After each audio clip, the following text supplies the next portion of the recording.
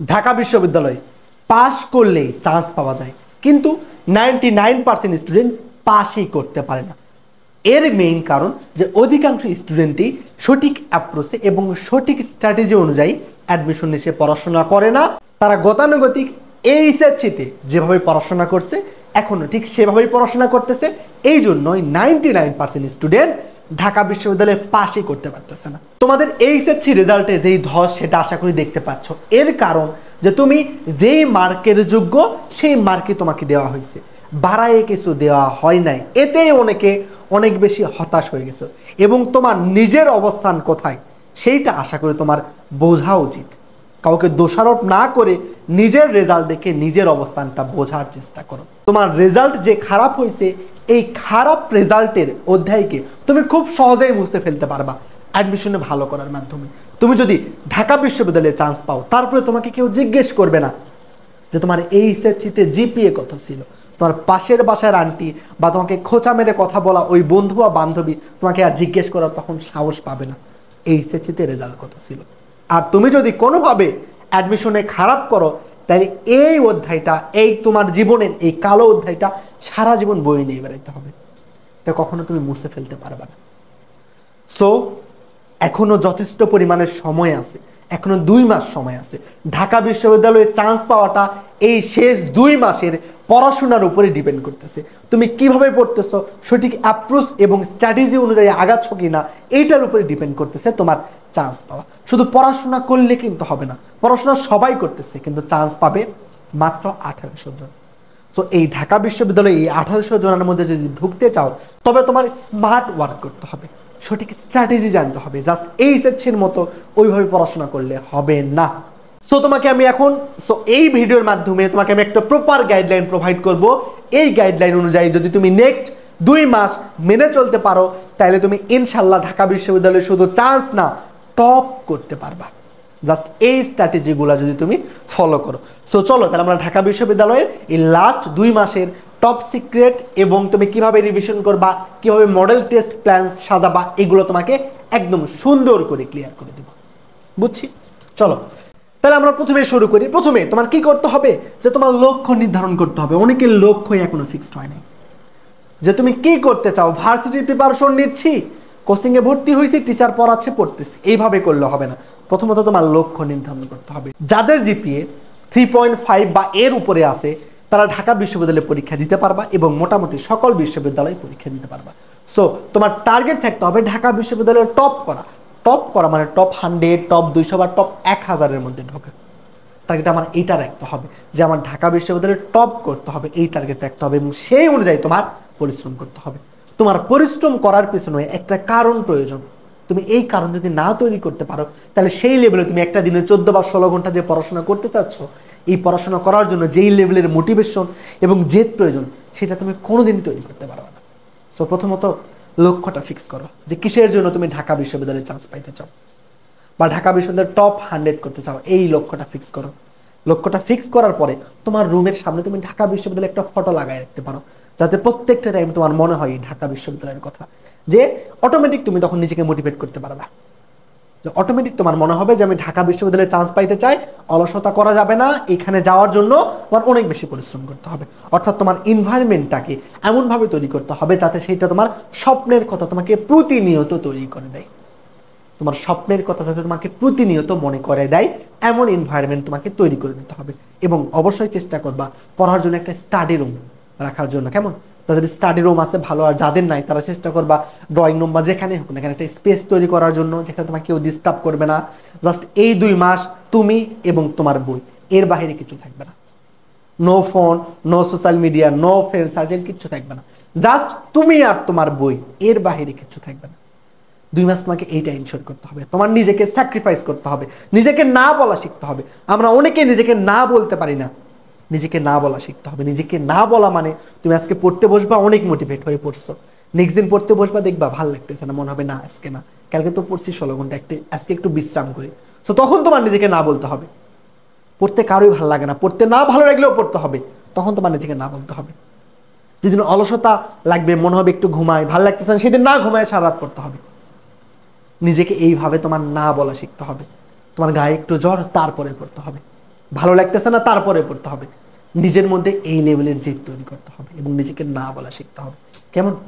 কিছু অর্জনের জন্য অনেক কিছু বর্জন করতে হয়, মনে রাখবে। সো তুমি যদি অর্জন করতে চাও তো তোমার এই বিষয়গুলোকে বর্জন করতে হবে। এবং তুমি তোমার জীবনের সেই সফলতার গল্পগুলো লিখছো এখন। কোনো গল্পই সুন্দর হবে না যদি সেখানে কোনো স্যাক্রিফাইস না থাকে কোনো চ্যালেঞ্জ। তাই তুমি এখন যত বেশি স্যাক্রিফাইস করবা, যত বেশি চ্যালেঞ্জের মুখোমুখি হবা, তোমার সফলতার গল্প তত বেশি সুন্দর হবে। কেমন? সো তোমার নিজেকে অবশ্যই স্যাক্রিফাইস করতে হবে, অবশ্যই অনেক বেশি জেদি হইতে হবে। আমার একটা ফ্রেন্ড ছিল, সে বেডের মধ্যে পানি স্প্রে করে রাখতো যাতে তার মন চাইলেও যখন ইচ্ছা সে ঘুমাইতে না পারে। সো এরকম তোমাকে স্ট্রাগল করতে হবে, অনেক কিছু বিসর্জন দিতে হবে যদি চান্স পাইতে চাও। তাইলে যারা এই মেন্টালিটি আছে, যাদের মধ্যে এই মেন্টালিটি আছে যে ভাই আমি নেক্সট 2 মাস আমি আমার সর্বোচ্চ দিয়ে পড়াশোনা করতে প্রস্তুত, ঢাকা বিশ্ববিদ্যালয়ে টপ করার জন্য যা করা প্রয়োজন সেইটা করতে আমি প্রস্তুত, এই মেন্টালিটি যাদের মধ্যে আছে এবং যারা নেক্সট 2 মাস এই লেভেলের পরিশ্রম করতে পারবা, তারাই জাস্ট এই ভিডিওটা কন্টিনিউ করো। আর তুমি যদি পরিশ্রম না করতে পারো তাহলে তোমার এই ভিডিওটা দেখার প্রয়োজন নেই। অ্যাডমিশনে চান্স পাওয়ার জন্য তোমার একটা বিষয় ইনশিওর করতে হবে যে তুমি পরিশ্রম করতে পারো কিনা। এখানে মেধাবী হয়ে তোমার লাভ নাই, মেধাবী হওয়ার তোমার প্রয়োজন নাই। জাস্ট তুমি যদি পরিশ্রম করতে পারো তাইলে তুমি অ্যাডমিশনে রাজ করতে পারবা, রাজ, যে সকল বিশ্ববিদ্যালয়ে চান্স পাবা, লাস্টে গিয়ে ডিসাইড করতে পারবা না কোথায় ভর্তি হবে। কেমন? তো নিজেকে সেই লেভেলে নিয়ে যাওয়ার জন্য তোমার ওইভাবে পরিশ্রম করতে হবে যাতে ঢাকা বিশ্ববিদ্যালয় পরীক্ষার আগের দিন রাতে তোমার মনে হয় যে আমার পক্ষে যতটা পরিশ্রম করা সম্ভব ছিল ঠিক ততটাই পরিশ্রম করছি, এর চেয়ে বিন্দু মাত্র পরিশ্রম করা আমার পক্ষে সম্ভব না। এটা তুমি যদি বুকে হাত দিয়ে বলতে পারো তাহলে তোমার চান্স পাওয়া নিয়ে চিন্তা করতে হবে না। কেমন? সো তোমার পক্ষে যতটা পরিশ্রম করা সম্ভব ঠিক ততটাই পরিশ্রম করো, তাহলে ইনশাল্লাহ তোমার চান্স পাওয়া নিয়ে চিন্তা করতে হবে না। দেখো, সো এরপর আমরা কিছু বিষয় দেখি যে এটা আমরা অনেকেই জানি না। ঢাকা বিশ্ববিদ্যালয়ে আমাদের টোটাল 100 মার্কের পরীক্ষা হয়, তাই না? এর মধ্যে এমসিকিউতে থাকে 60 মার্ক। এমসিকিউতে কত মার্ক বলো তো? 60 মার্ক থাকে এবং রিটেনে থাকে 40। এই 60 মার্ক 4টা সাবজেক্ট দাগাইতে হয়। ফিজিক্স কেমিস্ট্রি তোমাকে দাগাইতেই হবে। এরপরে তোমার মেন সাবজেক্ট যেটা ধরে নাও ম্যাথ বা বায়োলজি, ধরে নাও মেন সাবজেক্ট বায়োলজি দাগাইতেই হবে। তোমার 4 সাবজেক্ট মনে করে ম্যাথ, তুমি চাইলে ম্যাথ দাগাইতে পারো, না চাইলে ম্যাথটাকে স্কিপ করতে পারো। ম্যাথকে স্কিপ করে বাংলা দাগাইতে পারবা অথবা ইংলিশ, যেটা তোমার ইচ্ছা। তোমার যদি এখানে 4 সাবজেক্টের প্রিপারেশন খারাপ হয় তাহলে তুমি চাইলে এই 4 সাবজেক্টটাকে বাদ দিয়ে তুমি বাংলা অথবা ইংলিশ দাগাইতে পারো। তবে তুমি যদি 4 সাবজেক্টকে বাদ দাও, ধরে নাও তোমার ম্যাথ 4 সাবজেক্ট, ম্যাথ তুমি একদম কিছু পারো না, সো তুমি ম্যাথকে বাদ দিছো, দিয়ে বাংলা দাগাইছো। এতে তোমার হবে কি, তুমি চান্স পাওয়ার পরে ম্যাথ রিলেটেড কোনো সাবজেক্ট নিয়ে পড়তে পারবে না। টিপলি, সিএসসি, ইঞ্জিনিয়ারিং রিলেটেড যে সাবজেক্ট আছে, ফিজিক্স, ম্যাথ, এগুলো নিয়ে পড়তে পারবে না। এবং তুমি যদি বায়োলজি না দাগাও তাহলে বায়োলজি রিলেটেড যে সাবজেক্টগুলো আছে, মাইক্রোবায়োলজি, এই ধরনের সাবজেক্ট নিয়ে, ফার্মেসি, এগুলো নিয়ে পড়তে পারবে না। এটা একটু মাথায় রাখো। কেমন? সো যদি একটু কষ্ট হয় তাহলে চেষ্টা করতে হবে 4 সাবজেক্টটা ঢাকা বিশ্ববিদ্যালয়ে দাগানোর জন্য। আবার অনেকে এটা ভুল করে যে এক্সাম হলে গিয়ে ডিসিশন নাই যে ম্যাথ দাগাবে নাকি বাংলা দাগাবে, এমন করা যাবে না। তোমার ডিসিশন এখনই রাখতে হবে যে যদি ম্যাথ যদি দাগাই, ম্যাথের জন্য সেইভাবে তোমার প্রিপারেশন নিতে হবে। কেমন?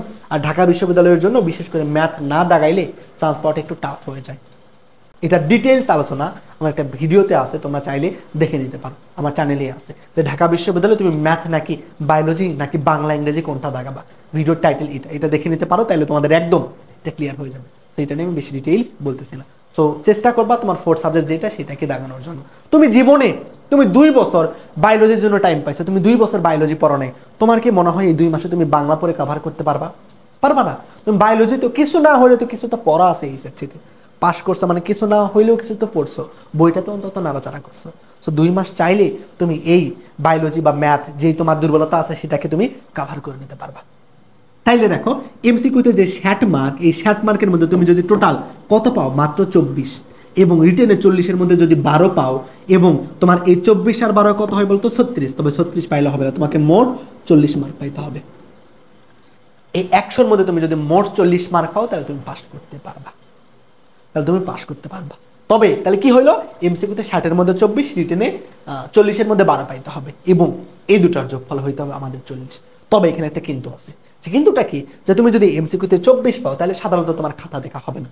রিটেন খাতা ঢাকা বিশ্ববিদ্যালয়ে তাদেরই দেখা হয়, টপ 10,000 জনের খাতা দেখা হবে।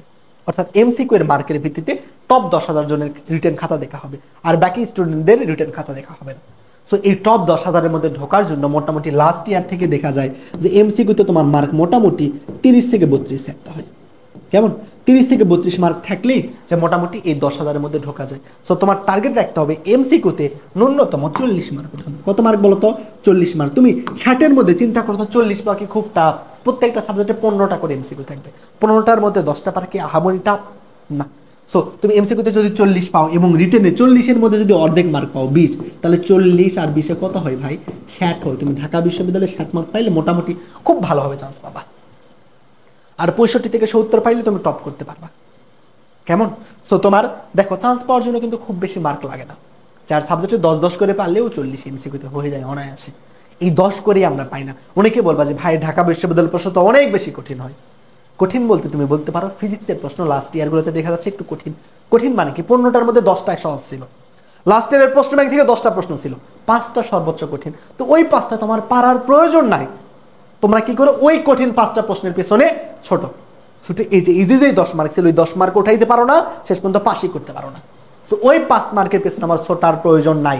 আগে এই 10 মার্কটা ইনশিওর করো, অর্থাৎ প্রশ্ন ব্যাংক থেকে যেই প্রশ্নগুলো আসে এগুলো আগে তুমি ইনশিওর করো, দেন তুমি বাকি বিষয়গুলোর কথা ওই 5 মার্কের কথা চিন্তা করো। বুঝছো? সো আবার অনেকে রিটেন নিয়ে বেশি প্যারা খাও, রিটেন নিয়ে বেশি প্যারা খাওয়ার প্রয়োজন নেই। তোমার ঢাকা বিশ্ববিদ্যালয়ের চান্স মূলত এমসিকিউ এর মার্কের উপরে ডিপেন্ড করে। এমসিকিউতে তুমি যদি ভালো মার্ক না উঠাইতে পারো তোমার রিটেন খাতায় দেখা হবে না। তুমি রিটেনে 40-40 পাইলেও তোমাকে ফেল দেখাবে, কারণ তোমার খাতায় দেখবে না রিটেন তুমি যতই ভালো করো। বুঝছি? সো এমসিকিউতে ভালো করতে হবে। তোমার মেইন বিষয় ঢাকা বিশ্ববিদ্যালয়ে চান্স পাওয়ার জন্য তোমার কনসেপ্ট ক্লিয়ার রাখতে হবে। কনসেপ্ট ক্লিয়ার না করে কোনোদিনই ঢাকা বিশ্ববিদ্যালয়ে চান্স পাওয়া সম্ভব না, সম্ভব না, সম্ভব না। অন্য বিশ্ববিদ্যালয়ে শর্টকাট দিয়ে চান্স পাওয়া গেলেও ঢাকা বিশ্ববিদ্যালয়ে কনসেপ্ট ক্লিয়ার না থাকলে চান্স পাওয়া সম্ভব না। সো ঢাকা বিশ্ববিদ্যালয়ের জন্য তোমার কনসেপ্ট ক্লিয়ার করতে হবে। কনসেপ্ট ক্লিয়ার করে প্রত্যেকটা টপিকস তোমার করতে হবে। বুঝছো? দেন দেখো, তাইলে আমরা আশা করি কিভাবে পাস করতে হবে এটা বুঝে ফেলছি।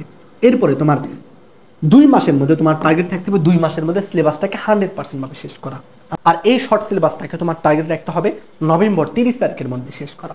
ধরে নাও তোমার কাছে আর 1.5 মাস টাইম আছে। কয় মাস? 1.5 মাস, অর্থাৎ 45 দিনে তুমি সিলেবাসটা শেষ করবা। তোমার চ্যাপ্টার আছে 45টা, টার্গেট রাখতে হবে প্রত্যেক দিন একটা করে পড়া, প্রত্যেক দিন একটা করে চ্যাপ্টার পড়া, প্রত্যেক দিন একটা করে চ্যাপ্টার পড়া। তাহলে 45 দিনে তোমার 45টা চ্যাপ্টার শেষ, অর্থাৎ ফিজিক্স, কেমিস্ট্রি, ম্যাথ, বায়োলজি শেষ হয়ে যাবে 45 দিনে। বুঝছি? অর্থাৎ নভেম্বরের 15 তারিখের মধ্যে তোমার শেষ হয়ে যাবে। সর্বোচ্চ তুমি নভেম্বরের 30 তারিখ পর্যন্ত রাখতে পারো। নভেম্বর 30-এর মধ্যে তোমার একবার সিলেবাস মাস্ট শেষ করতে হবে। প্রত্যেক দিন টার্গেট রাখতে হবে একটা করে চ্যাপ্টার পড়া। যে চ্যাপ্টারটা একটু বড়, যেমন অন্তরীকরণ, যোগাযোগীকরণ বা নিউটনের বলবিদ্যা বা জৈব যৌগ, এগুলোতে একদিন শেষ হবে না, এগুলোর জন্য তুমি 2 দিন করে রাখতে পারো। বুঝছি? সো টার্গেট এইটা রাখতে হবে এবং এই অনুযায়ী তোমার একটা নিজস্ব প্ল্যান তৈরি করতে হবে। এই প্ল্যান অনুযায়ী তোমাকে আগাইতে হবে, এই প্ল্যান অনুযায়ী তোমাকে আগাইতে হবে। বুঝছি? তারপরে তুমি পড়বা কিভাবে? প্রথমত তোমার কনসেপ্ট ক্লিয়ার করতে হবে। প্রথমত তোমার কনসেপ্ট ক্লিয়ার করতে হবে। এই কনসেপ্ট ক্লিয়ার করার জন্য তুমি কি করতে পারো? তোমার আগে থেকে যদি ভালোভাবে কনসেপ্ট ক্লিয়ার করা থাকে ওকে ফাইন, তুমি জাস্ট এখন রিভাইজ করবা। আর যদি কনসেপ্ট ক্লিয়ার না থাকে বা কিচ্ছু পড়া না থাকে, দেন তোমাকে যে কোনো অনলাইন কোর্সে এনরোল করতে পারো এবং ওই কোর্সের ক্লাস করে তোমার কনসেপ্ট ক্লিয়ার করতে হবে। এমন কোর্সে এনরোল করতে হবে যেখানে ক্লাস ডিউরেশন 4 থেকে 5 ঘন্টার হবে একটা অধ্যায়, এর চেয়ে বেশি হওয়া যাবে না ক্লাস ডিউরেশন। কেমন? সো 4 থেকে 5 ঘন্টার মধ্যে 4 থেকে 5 ঘন্টার একটা ক্লাস করে তোমার কনসেপ্ট কি করতে হবে? ক্লিয়ার করতে হবে। বুঝছি? 4 থেকে 5 ঘন্টার একটা ক্লাস করে তোমার কনসেপ্ট ক্লিয়ার করতে হবে। এরপরে তুমি যদি পারো একটা শর্ট নোট তৈরি করবা, নোট করে করতে হবে। এরপরে ক্লাসের একটা তুমি কি করবা? শর্ট নোট তৈরি করবা। অর্থাৎ 4 থেকে 5 ঘন্টায় টিচার তোমাকে যা পড়াইলো তুমি সেটাকে 10 থেকে 15 পেজের একটা নোটের মধ্যে নিয়ে আসবা। এতে তোমার কি হবে যে তুমি পরীক্ষার আগে গিয়ে যাতে শর্ট টাইমে রিভাইজ করতে পারো। তোমাকে টিচার 4 থেকে 5 ঘন্টায় যা পড়াবে সেটা কি মনে হয় তোমার 2 মাস পরে মনে থাকবে? কোনো দিন থাকবে না। সো এই জন্য তুমি এগুলো যাতে না ভুলো সেই জন্য তোমার নোট তৈরি করতে হবে। অনেকেই বোঝো না নোট কিভাবে তৈরি করতে হবে, তার আমার চ্যানেলে একটা ভিডিও আছে, দেখতে পারো, অথবা আমাদের পেইড কোর্সের স্টুডেন্টদের নোট আছে, তোমরা এইটা চাইলে আমাকে ইনবক্সে নোট দিতে পারো, আমি তোমাদের দিয়ে দিব। নোট করে পড়তে হবে। দেন 3 তোমার কি করতে হবে? কোশ্চেন ব্যাংক সলভ করতে হবে। কোশ্চেন ব্যাংক তোমার ঢাকা বিশ্ববিদ্যালয়ের পরীক্ষাতে দিতে যাওয়ার আগে কোশ্চেন ব্যাংকে তোমার কমপক্ষে 4 থেকে 5 বার করে সলভ করতে হবে। কয়বার? 4 থেকে 5 বার করে তোমার সলভ করতে হবে এই কোশ্চেন ব্যাংক। সো প্রত্যেকটা সাবজেক্টের জন্য এটা প্রযোজ্য। ক্লাস করবা, ক্লাস নোট করবা, দেন কোশ্চেন ব্যাংক 4 থেকে 5 বার করে সলভ করতে হবে। এই 3টা step physics, chemistry, math, biology 4টার জন্যই তোমার প্রযোজ্য। বুঝছি? সো এই অনুযায়ী তোমার প্রত্যেকটা সাবজেক্ট তোমার এর প্রিপারেশন এইভাবে নিতে হবে। যারা মেডিকেলের পাশাপাশি ভার্সিটি প্রিপারেশন নিচ্ছ তারা কি করবা? তারা জাস্ট ক্লাস করার পাশাপাশি তুমি মেইন বই তো পড়তেছো, মেইন বইটা পড়ো, তাইলে হয়ে যাবে। কেমন? আর মেডিকেল প্রিপারেশনের জন্য তোমার যদি গড় 9-এর চেয়ে কম থাকে, এসএসসি এবং এইচএসসি মিলে 9-এর চেয়ে কম থাকে, তাহলে তোমার জন্য মেডিকেল প্রিপারেশন নেওয়া উচিত হবে না। এরপর তুমি চাইলে নিতে পারো। তো তোমরা এইখানে চাইলে, তোমার যদি কনসেপ্ট ক্লিয়ার না থাকে, তুমি যদি একদম শূন্য থেকে শুরু করতে চাও, তাহলে তোমরা চাইলে আমাদের ভার্সিটি এইমার্স 1.0 এই কোর্সটাতে এনরোল করতে পারো। কোর্স ফি মাত্র 1500 টাকা। মাত্র 1500 টাকায় তোমাদেরকে আমরা ফিজিক্স, কেমিস্ট্রি, ম্যাথ এর একদম শূন্য থেকে অ্যাডভান্স পর্যন্ত যা যা আছে প্রত্যেকটা টপিকস ধরে ধরে পড়াই দেবো, এবং ক্লাসে যা পড়াবো এর বাইরে অ্যাডমিশনে একটা প্রশ্নও আসবে না, এই গ্যারান্টি তোমাকে আমি দিতে পারি। ক্লাসে যা পড়াইছি এটা তুমি যদি খুব ভালোভাবে বোঝো এবং এইখান থেকে প্রশ্ন আসলে তুমি যদি একটাও মিস না করো, তাহলে তোমাকে গ্যারান্টি দিতে পারি যে তুমি অ্যাডমিশনে খুব ভালো করবে এবং টপ করতে পারবা। সো তোমরা চাইলে আমাদের এই কোর্সটাতে এনরোল করতে পারো, একদম শূন্য থেকে আমরা পড়াই দিই। সো কোনো চ্যাপ্টার না পড়া থাকলেও সেই ওদেরটা খুব ভালো করে বুঝবা, হ্যান্ড ক্যালকুলেশন, শর্টকাট নোট যা যা আছে সব কিছু খুব সুন্দরভাবে কভার করে দেওয়া হয়। এতদিন তো তোমরা অলরেডি কোনো না কোনো জায়গায় প্রিপারেশন নিয়ে ফেলছো। সো তোমাদের জন্য অনুরোধ, আমার চ্যানেলে যাবা, গিয়ে দেখবা যে ভার্সিটি এইমার্স 1.0 ফিজিক্স, তারপরে কেমিস্ট্রি, ম্যাথ এর 3টা প্লেলিস্ট আছে। তুমি ফিজিক্সে ঢুকে যে কোনো ফার্স্ট পার্টে দেখবা সব অধ্যায় ফ্রি করা আছে, তুমি যে কোনো একটা অধ্যায় ক্লাস করবা, বা কেমিস্ট্রি যে কোনো অধ্যায়ের ক্লাস করলেই তুমি বুঝতে পারবে ক্লাস কোয়ালিটি, যে তুমি যা চাচ্ছ ভার্সিটি প্রিপারেশনের জন্য সেটা আছে কিনা। হ্যান্ড ক্যালকুলেশন বলো, একদম শূন্য থেকে পড়ানো বলো, একদম যা প্রয়োজন তোমার টু দ্য পয়েন্ট তোমাকে পড়ানো হয়েছে। ক্লাস ডিউরেশন 4 থেকে 5 ঘন্টার মধ্যে, ক্লাস ডিউরেশনও বেশি না। সো তোমাদের প্রতি অনুরোধ, অবশ্যই কোর্সে এনরোল করো বা না করো, তুমি এই ফ্রি ক্লাসগুলো করতে পারো। ফ্রি ক্লাস করে যদি ভালো লাগে, 2-1টা চ্যাপ্টার করে যদি ভালো লাগে, দেন তুমি আমাদের এই কোর্সে এনরোল করতে পারো, নাহলে করার প্রয়োজন নেই। কেমন? তুমি সেই কোর্সে এনরোল করবা যেই টিচারদের পড়া বুঝবা, এবং টিচার টু দ্য পয়েন্ট আকারে তোমাকে পড়াবে, যেই টিচার তোমাকে পড়াশোনা গুছাই দিবে, সেই কোর্সে এনরোল করবা। সো তোমরা আমাদের একটা অধ্যায়ের ক্লাস করে দেখো, দেন তুমি বুঝতে পারবা যে তোমাকে যা বলতেছি বা ভার্সিটি প্রিপারেশনের জন্য যা প্রয়োজন সেগুলো কাভার হচ্ছে কিনা। এবং তোমরা আমাদের কোর্সে এনরোল করলে তোমাকে রেগুলারিটি মেনটেন করতে বাধ্য করা হবে। তা রেগুলার তোমাকে ক্লাস করতে হবে, এক্সাম দিতে হবে। রেগুলার এক্সাম না দিলে তোমাকে কোর্স থেকে ব্যান করা হবে, এবং শুধু পড়াশোনা করলে হয় না, সঠিক গাইড অনুযায়ী পড়াশোনা করতে হয়। সো তোমরা আমাদের কাছ থেকে 1-to-1 গাইডলাইন পাচ্ছ, তোমাদের যে কোনো প্রবলেমে ভাইয়ের সঙ্গে যোগাযোগ করতে পারতেছ, এবং আমরা প্রত্যেক সপ্তাহে 3টা করে ডাউট সলভ ক্লাস রাখি। এই গাইডলাইন ক্লাসগুলোতে তোমার জন্য যা প্রয়োজন, কিভাবে পড়তে হবে, কোন অধ্যায় কিভাবে পড়বা, এগুলো তোমাদের একদম ডিটেলসে একদম এই বিষয়গুলো ক্লিয়ার করা হয়, এবং তুমি যাতে নিজেকে মোটিভেট রেখে পড়াশোনা কন্টিনিউ করতে পারো সেটাতে আমরা তোমাকে ট্রিগার করি। তো তোমরা চাইলে আমাদের এই কোর্সটাতে এনরোল করতে পারো। নেক্সট 2 মাসের মধ্যে একদম শূন্য থেকে তোমার একদম প্রিপারেশন গোছাই যাবে 100% ভাবে। জাস্ট তুমি যদি পরিশ্রমী হও তাহলে তোমার জন্য এই কোর্স। তুমি যদি পরিশ্রম না করতে পারো তাহলে এই কোর্স আসার প্রয়োজন নেই। জাস্ট যদি পরিশ্রম করতে পারো, এই কোর্সে আসো, তোমাকে যা পড়াবো ইনশাল্লাহ তুমি যদি সেইটা লাস্ট পর্যন্ত কন্টিনিউ করতে পারো, রেগুলার ক্লাস করো, রেগুলার এক্সাম দাও, ভাইয়াদের গাইডলাইন অনুসারে চলতে পারো, তাহলে তুমি 100% চান্স পাবা। এই গ্যারান্টি আমরা তোমাকে দিতে পারি। কেমন? এরপরে আসো, তোমাকে কি করতে হবে? রেগুলার এক্সাম দিতে হবে। যারা আমাদের কোর্সে এনরোল করতেছো তারা ঢাকা বিশ্ববিদ্যালয় এবং ভার্সিটি স্ট্যান্ডার্ড এক্সাম তো পাচ্ছ। সো তুমি এই এক্সাম দিবা। আর যারা কোর্সে এনরোল নাই তারা চাইলে বাসায় মডেল টেস্ট দিতে পারো, তবে তোমাকে রেগুলার এক্সাম দিতে হবে। রেগুলার এক্সাম দিয়ে তোমার নিজেকে জাজ করতে হবে যে তোমার প্রবলেম কোথায়। ভিক্টোরিয়ার 100 মার্কের পরীক্ষা দিলা, 60 মার্ক পাইলা, বাকি 40 মার্ক কিসের জন্য পাইলা না? সমস্যা কোথায় এটা তোমার খুঁজে বের করতে হবে, যে টাইম ম্যানেজমেন্টের প্রবলেম, নাকি হাতে ক্যালকুলেশনের প্রবলেম, নাকি তোমার কি প্রবলেম হচ্ছে, এটা তোমার খুঁজে বের করতে হবে। কেমন? এবং সেইটা নিয়ে তোমার ক্রমাগত কাজ করতে হবে, তাইলেই তুমি ভালো করতে পারবা, নাহলে কোনোদিনই ভালো করতে পারবা না। অর্থাৎ যেগুলো তোমাকে নিজেকে ইমপ্রুভ করতে হবে, নিজেকে ইমপ্রুভ করার জন্য তোমার দুর্বলতা কোথায় এটা আগে খুঁজে বের করতে হবে। সো জাস্ট গাধার মতো পরিশ্রম করলে হবে না, তোমার স্মার্ট ওয়ার্ক করতে হবে, বুঝতে হবে তোমার প্রবলেম কোথায়, কিসের জন্য মার্ক পাচ্ছ না। আর যাদের হাতে ক্যালকুলেশনে প্যারা লাগে তাদের আমরা নেক্সট উইকে তাদের জন্য একটা ওয়ান শট ভিডিও দেবো 1 থেকে 1.5 ঘন্টার।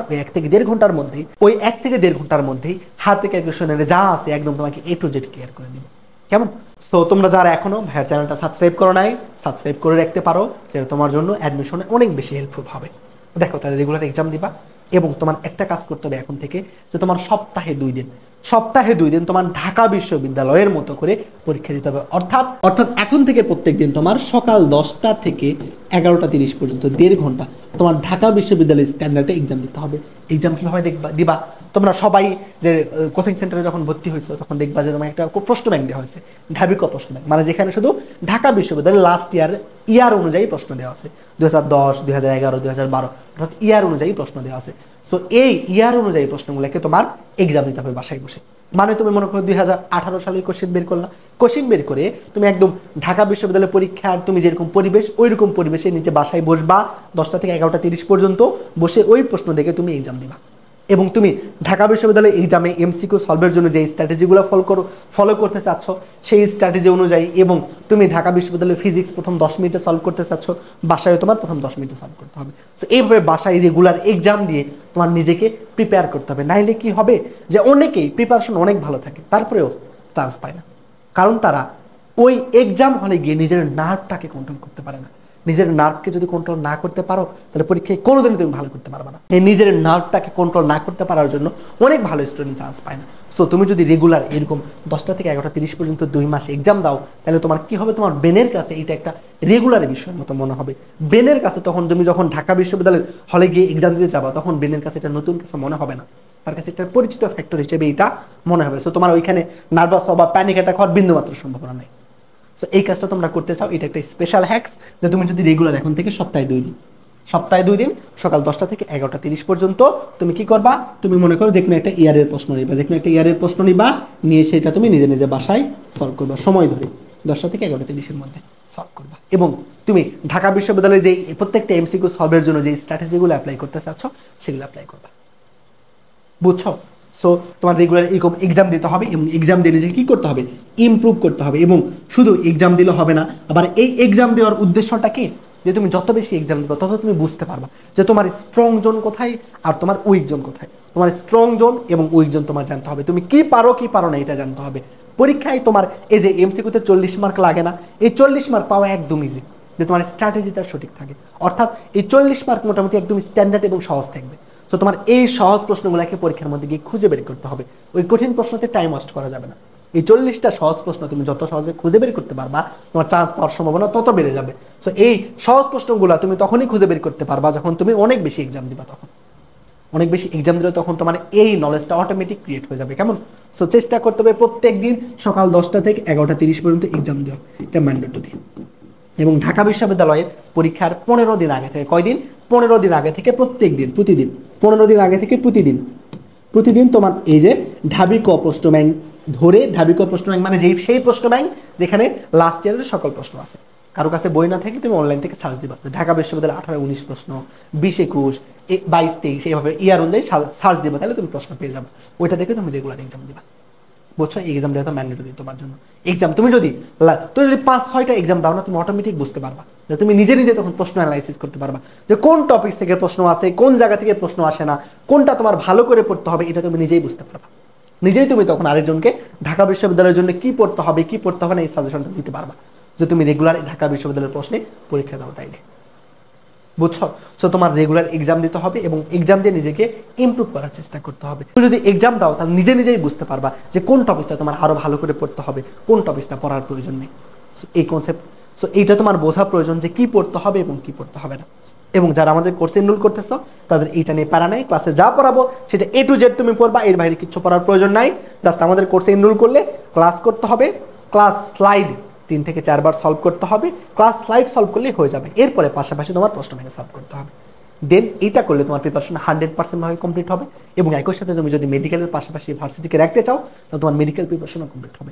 জাস্ট এরপরে তোমার মেইন বইটা পড়তে হবে, এর বাইরে আর তোমার নতুন করে কিছু করতে হবে না। হাল ছেড়ো না, নিজের উপরে বিশ্বাস রাখতে হবে যে পারবা না কেন, অবশ্যই তুমি পারবা। নিজের উপরে বিশ্বাস রাখতে হবে যে আমি পারবো, এই এসএসসিতে রেজাল্ট আমার যাই হোক না কেন 2 পয়েন্ট হইলে আমি পারবো, এরকম নিজের মধ্যে আত্মবিশ্বাস থাকতে হবে যে কেন পারবো না। তুমি যদি নিজের এই সর্বোচ্চ ক্যালিভারটাকে একবার মিট করতে পারো না, তাহলে আর পিছনে ফিরে তাকাতে হবে না। সো নিজের সর্বোচ্চ দাও, সর্বোচ্চ দিয়ে পড়াশোনা করো ইনশাল্লাহ। সো তোমার চান্স পাওয়া নিয়ে কখনো বিন্দুমাত্র চিন্তা করতে হবে না। এবং তোমাদের যে কোনো প্রশ্ন থাকলে কমেন্ট বক্সে করতে পারো। এবং ভাইয়ের সাথে যারা পার্সোনালি যোগাযোগ করতে চাও তারা কমেন্ট বক্স বা আমাদের ডিসক্রিপশন বক্স থেকে দেখবা আমার হোয়াটসঅ্যাপ নাম্বার দেওয়া আছে, ওই হোয়াটসঅ্যাপ নাম্বারে যোগাযোগ করবা, তাইলেই হবে। সবার জন্য অনেক দোয়া এবং শুভকামনা রইল। সালামু আলাইকুম।